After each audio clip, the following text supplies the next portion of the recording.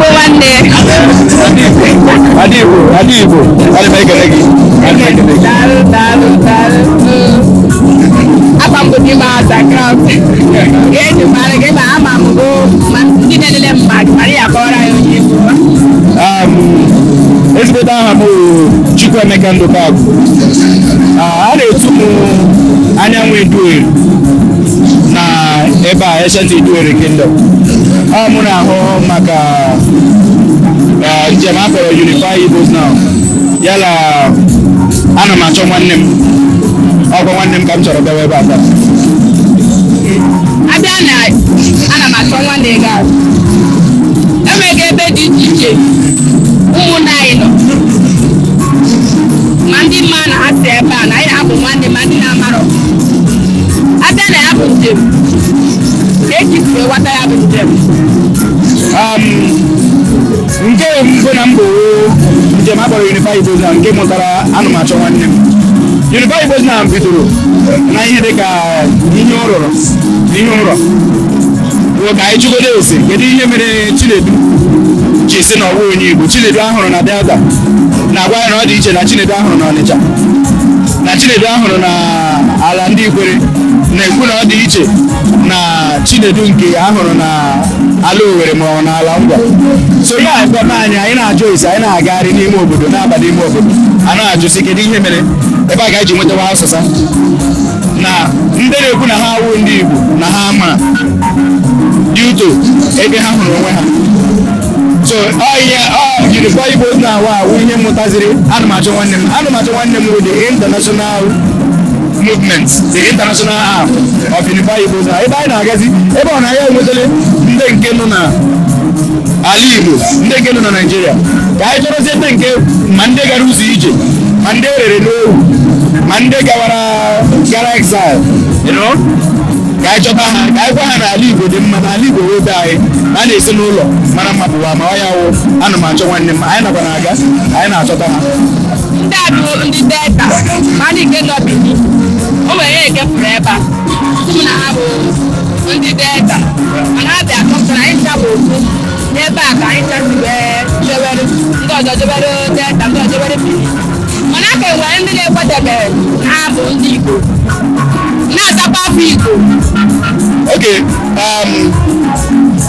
ọ ya bụ mere anyị ji gbakọta ebe a taa maka na alaeze a nke a kpọrọ Kingdom n'okwu oyibo, maka ha ọ mụrụ ọtụtụ ụmụ, ọ ha ma ụmụ ha mụ marakwa n'ebe ha gawasịrị. N'ebe a ga-eji mata na ndị ahụ nọ n'Edo akpọrọ Edo, ma ndị Banke ma ndị Ikwerre ọsị ya, n'ebe a ka ha chikwe pụọ. Ebe a ka anyị pụtara hụkwa na o nwere ndị a na-akpọ ndị Isoko. Ndị Isoko ahụ bịara ebe a si na ebe a na nna ha n'ebe a ka o si. So ya ka anyị ji gbakọta ebe a ga-awụ ebe a wee Eche Iduere Kingdom, ala Iduere. Ọ na-ahụ maka mgbakọta Igbo niile, mgbakọta ndị si ebe niile ha agbakọta ha ọnụ ebe a. So ebe a wụ mbido, ebe a wụ ebe Igbo ahụ si gbakọ ọnụ. Abịa na Rivers Steeti, ndị bụ ndị Igbo bịa ebe ahụ. Ndị Igbo nọ na Rivers Steeti, ebe a kpọrọ Rivers Steeti wụ ndị Ikwerre, ndị a na-akpọ ndị Ikwerre. Ha mere occupy about 3 or 4 local governments, namely Ikwerre local government, Obollo-Afor local government, Port Harcourt City local government, Yala Emoha local government. Ebe a ka a na-ahụ ndị Ikwerre. Then ndị Igbo ọzọ nọ na Rivers State ndị Eche nọ na Eche local government area, Yala Ọmụma local government area. E nwere ndị a na-akpọ ndị Ọgba, ndị Ekpeye a na-ahụ ha na Ahoda East and Ahoda West.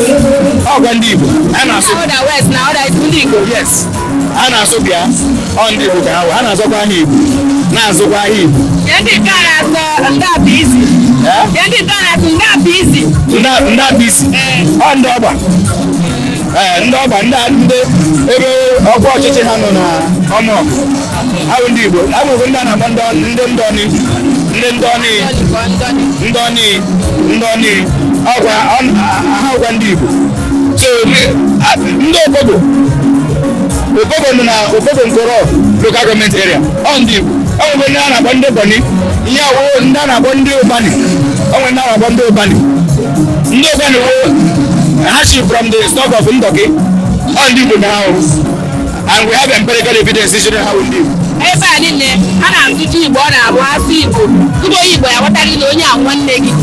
Yes, a na-asụ Igbo ọ hụrụ anya. Igbo ọbụla onye ọbụla soro ebe ọbụla o si ọ ga-adarịla na bịa. Ọ ga-akpọrịla enye ọ na-akpọ wọta, ọ ga-awerela mmiri ma mmiri ọhịa ahụ. Kedu ihe ọ na-akpọ Chukwu okike?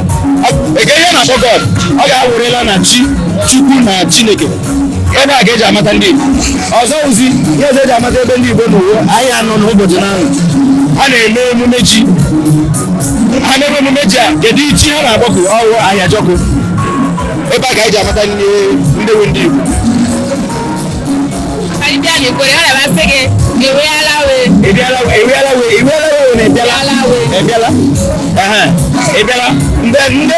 ndị Ekpeye na-asị ebiala bawe. Ndị Eche na-asị ebiala. But ha niile na-asụcha nnọọ. Ọ ndị Igbo ka ha wụrụ. The empirical evidence is in our tongue, in our language, and in our culture, and in our name. So, onwe ebe ha si so. Ịma na aga m akwụkwọ na Rivers. Okay. Aga m akwụkwọ na Rivers. Ụta m na-aza Chidimma. Mgbe ndị na-aza Chidimma bụ ndị Rivers ahụ. Ụta m si ede Chidimma ka ba ji ede Chidimma. Ma Chukwu, ọ bụ ndị na-aza Chukwu asọ nne ma aba nna ha. Ụta anyị si ede Chukwu ebe a ka ba ji ede Chukwu. Nsịba ị na-aza Chukwu na-aza Chidimma isi n'iburu onye Igbo. Ka eji eme enyi ya si n'iburu onye Igbo. We are all Igbo. Igbo. Ọ bụrụ na ị na-achịkwa Rivers State, ugbu a ọ dịla iche maka na njem ahụ anyị kpọrọ Unify Igbos na-agbasasịala. Ọ gbasaala ebe niile. Ihe niile nke anyị na-arụpụta, ihe niile nke anyị na-egosipụta. In sensitization in everything. Anyị agụọla mkpụrụ ọ mịala. Ọmụmụ ị na-agabiga na njem a, ị mara ọ bụrụ ihe dị iche, ịma ya na-agabiga n'ụdị ije anụ a, ka ọmụmụ ị na-agabiga na ya. Ọ ihe ize ndụ maka na ọ nwere ndị na-achọ ka ọ nwee isi maka na ihe zonarịrị ndị Igbo wuo ka hapụ ịkpọkọta ọnụ ka hapụ ibu ị na-aghọta maka na agakụcha ndị niile ahụ ndị Igbo nụcha na egote na ha bụ ndị Igbo agụkọ ya n'ọnụ ọgụgụ ndị Igbo ịhụla na ya ebuola ibu. So ndị dị politically inclined achọ ka ụdịrị ihe a mee, so ha na-akwa anyị ụta, ha na-achọ anyị ebe ọbụla anyị nọ ka ha jide anyị memina, mana ọ Chukwu okike ka anyị na-arụrụ ọrụ a. Chukwu okike agọziela anyị sị na anyị gaa n'ime ụwa na anyị kpakọ ụmụ Igbo ọnụ ọ ugbu a gbawo, so anyị agaghị jide isi ike nwanne ọ dịrị izi ya bụ njem adịrị izi anyị ma ya na-afụ ya mana anyị ga-eje enwe isi mmiri daalụ isi ike. Hi guys. Have you heard about G-Mass Farm babies? The washable baby diaper. This economy, guys. You need to come and hear this good news from me.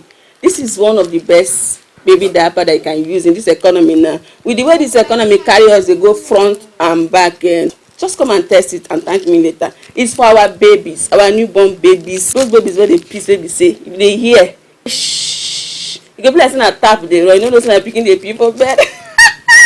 Come and try this and thank me later. It is very smooth. It's washable diaper.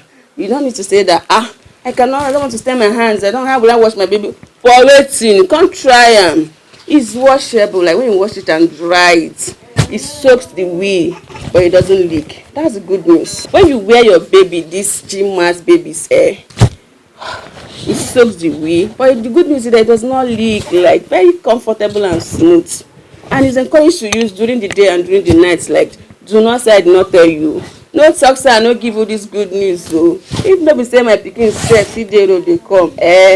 Guys. But wait, I will still show you how to use it. Let's go there. This is one of the best for now. Yes, tested and trusted. You can buy it for your children. If you have 5 children that will on the bed, imagine coming to visit somebody that will work for you. You don't feel that person hard because your children they will. Some of them they don't even get pity. They don't even pity the bed. Some people bed they don't scatter, tear. Join chinchi on top. Now they bring chinchi. They are ready to supply anywhere for this country. anywhere nationwide, always available, no matter the quantity you want. If you want 100 pieces, 1 million pieces, 1,000, they get come and try and thank me later. Their number is on the screen there. You can chat us on the WhatsApp there. You can DM, send us a message and tell us you want the quantity you want for the babies. No matter the size of your baby, if you're picking up, you get big bum or the small one, you go size them. Come and buy and thank me later.